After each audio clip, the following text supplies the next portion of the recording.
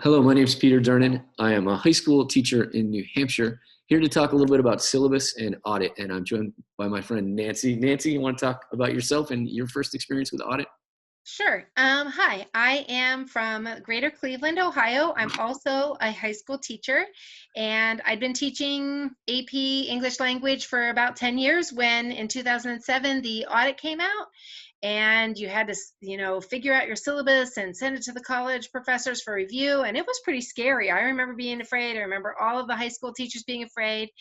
And College Board provided, samples for us. And so, but if they didn't kind of match what you wanted, it was really like on one hand a good time for reflection to figure out what you were doing, but at the other time also scary because you didn't know when you'd be approved or if you were be approved, and it felt like a very important review.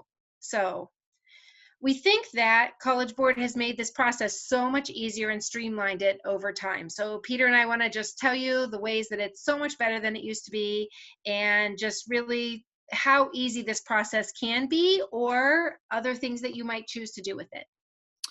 Great. And you can see from this slide at the top of it that there are two steps to the audit process, and this has been the case forever. You'll need to fill out a checklist that basically indicates that you understand all the skills associated with the course.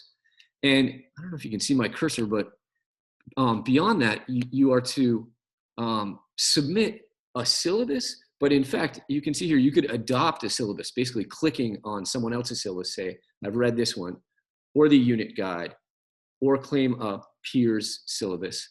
I don't know, Nancy, I feel like we should, as good responsible teachers, we should write a syllabus knowing, as happened to me in 2007, I submitted my syllabus and it was rejected because fairly the reviewer noted that I didn't do enough with peer review, which was true. So you can have your syllabus assessed at low cost by the College Board if you so desire. Hey, you want to talk about the bottom part of this slide? Yes, I would be happy to.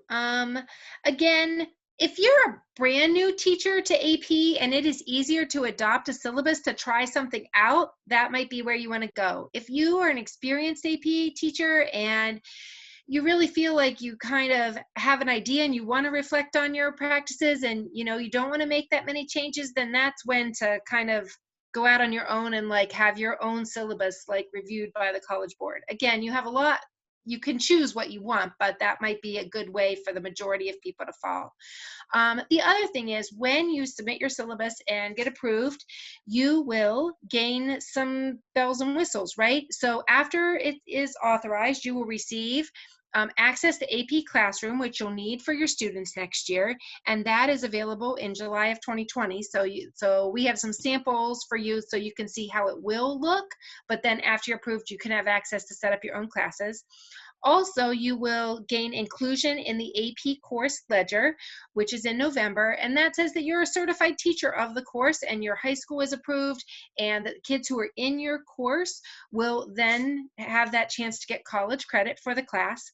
And then also, that is how you'll get your access to your AP score reports, and you're dying to know how your students do after that first year of testing. So you get access to all those three things by completing the audit and completing a syllabus, or choosing to use one of the ones that College Board has provided or a colleague has shared with you. Great. I'm going to shift my screen here a bit. And what you see before you are the curricular requirements. And I want to highlight these are new as of last year, these 4 skill categories. And you'll see they're replicated down here. And these are all outlined in the course description. And it won't be surprising to you that there's emphasis on nonfiction. And then to go down a little bit, you'll see that your kids must write argumentative essays, write essays about an author's rhetorical choices. And this is the step that I failed. It was worded differently, but it's not just a test that we're getting kids ready for. We must have them write drafts, and as they revise through drafts, they should collaborate with teachers and with their peers. Anything else I should hit on here, Nancy? We mentioned, just if you scroll down a minute, Peter, we had mentioned that there is a textbook list that's available, and then also the sample syllabus that you can check out if you decide that you want to write one of your own, or if you just kind of want to do a little bit deeper of a dive into what you might be including in your course next year for just that kind of general overview. But we know your AP consultant is going to talk a lot more about this week. We just wanted to kind of hit the highlights and tell you what the basics were so that you'd have this little introduction to get going. That's right. Okay, this is a glance. So I passed the audit, and therefore I've been given materials, and you'll see here some released test materials. AP Classroom's given us a lot more information, been really helpful, but nonetheless, these released exams have been a useful resource. So it's sort of another benefit of being directly in touch with the College Board through the audit process. And that's all I've got. What about you, Nanci?